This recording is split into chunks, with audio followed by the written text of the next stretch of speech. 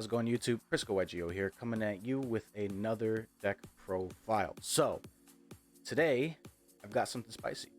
I saw some lists online in one of the TrapBrigade Facebook groups, to be specific, of a TrapBrigade build. And it took a lot of my interest to see how it was played.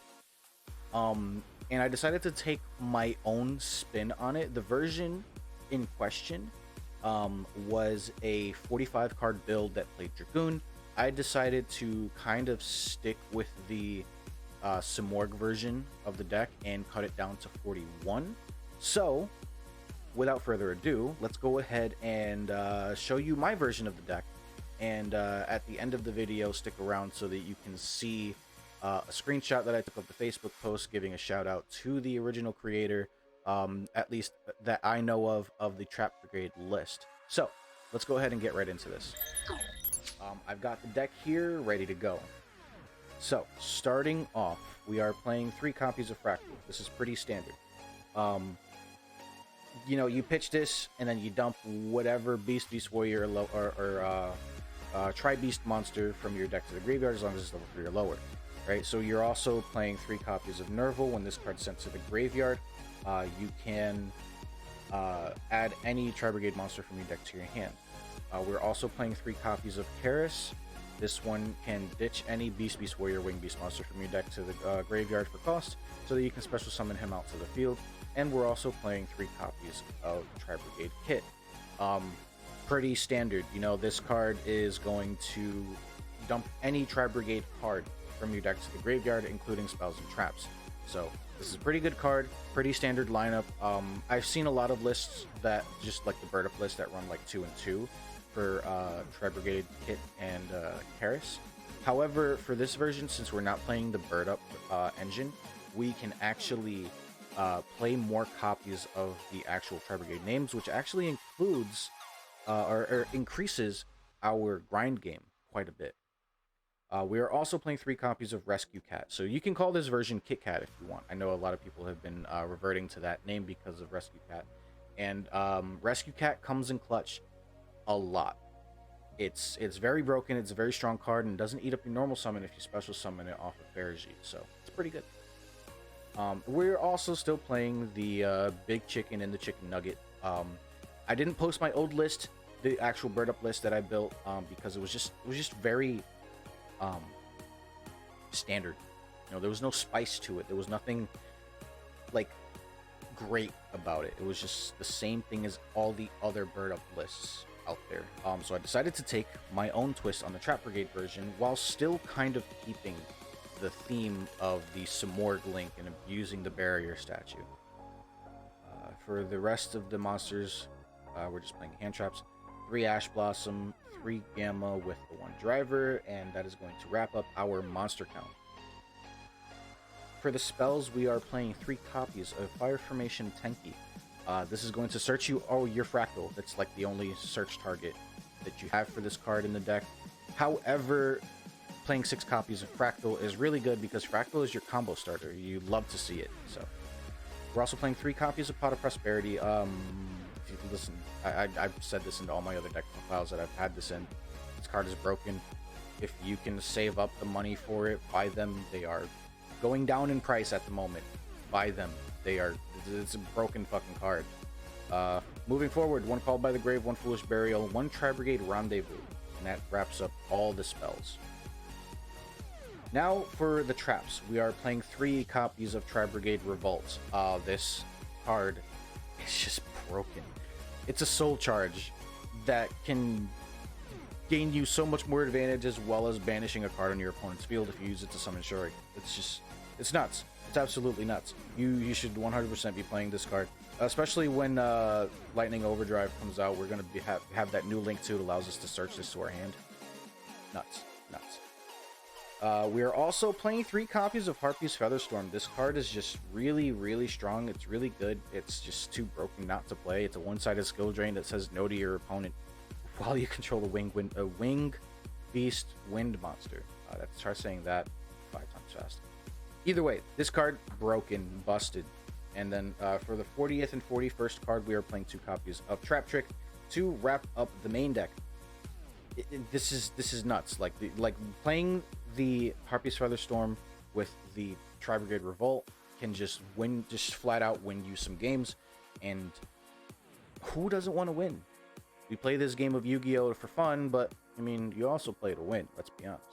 Moving into the extra deck, we're playing 2 copies of TrapBrigade Farajit, Fair and Blossom, 2 copies of Rugal. I know this is normally a one-of, but because we like to grind, 2 copies does come up.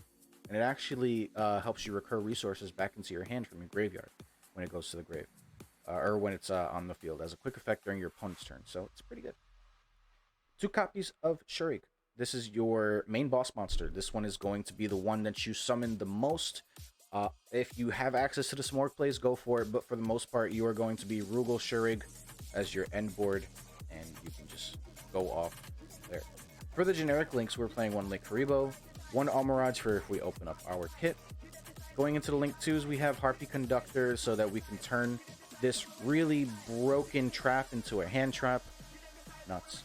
Also gives us an option that we can use to link off our barrier statue if we really just want to continue comboing and get that off of the field going into like turn 3 and 4.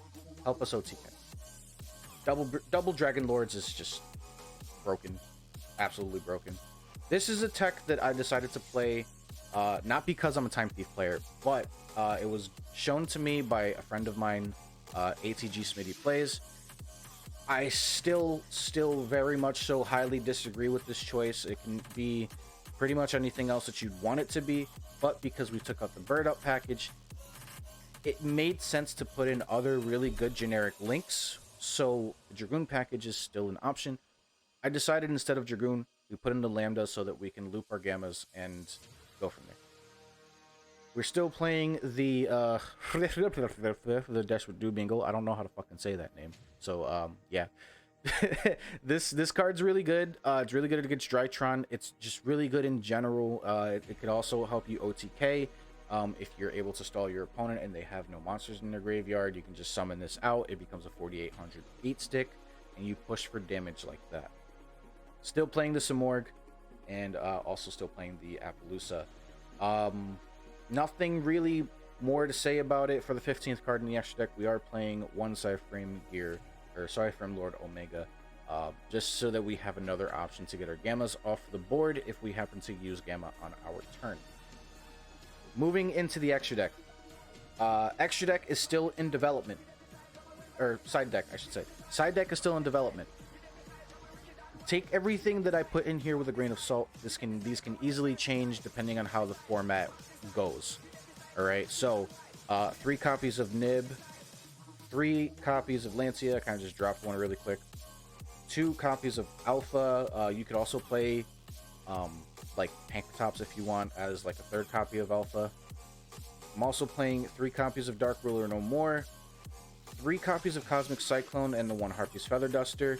Fun fact, if they pop your Featherstorm in the back row while it's set, you can actually use its effect to search for Harpy's Featherstorm or Feather Duster. It's pretty broken.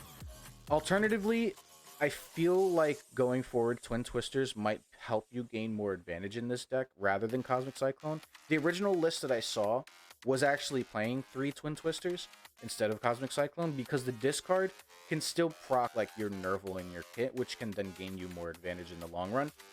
So I think that Twin Twisters might be correct, but I'm personally a fan of Cosmic Cyclone, and I don't feel like playing common Twin Twisters. Says the guy who's playing common Dark Ruler No More. Anyways, guys, I hope you enjoyed the list. That's going to wrap it up for today.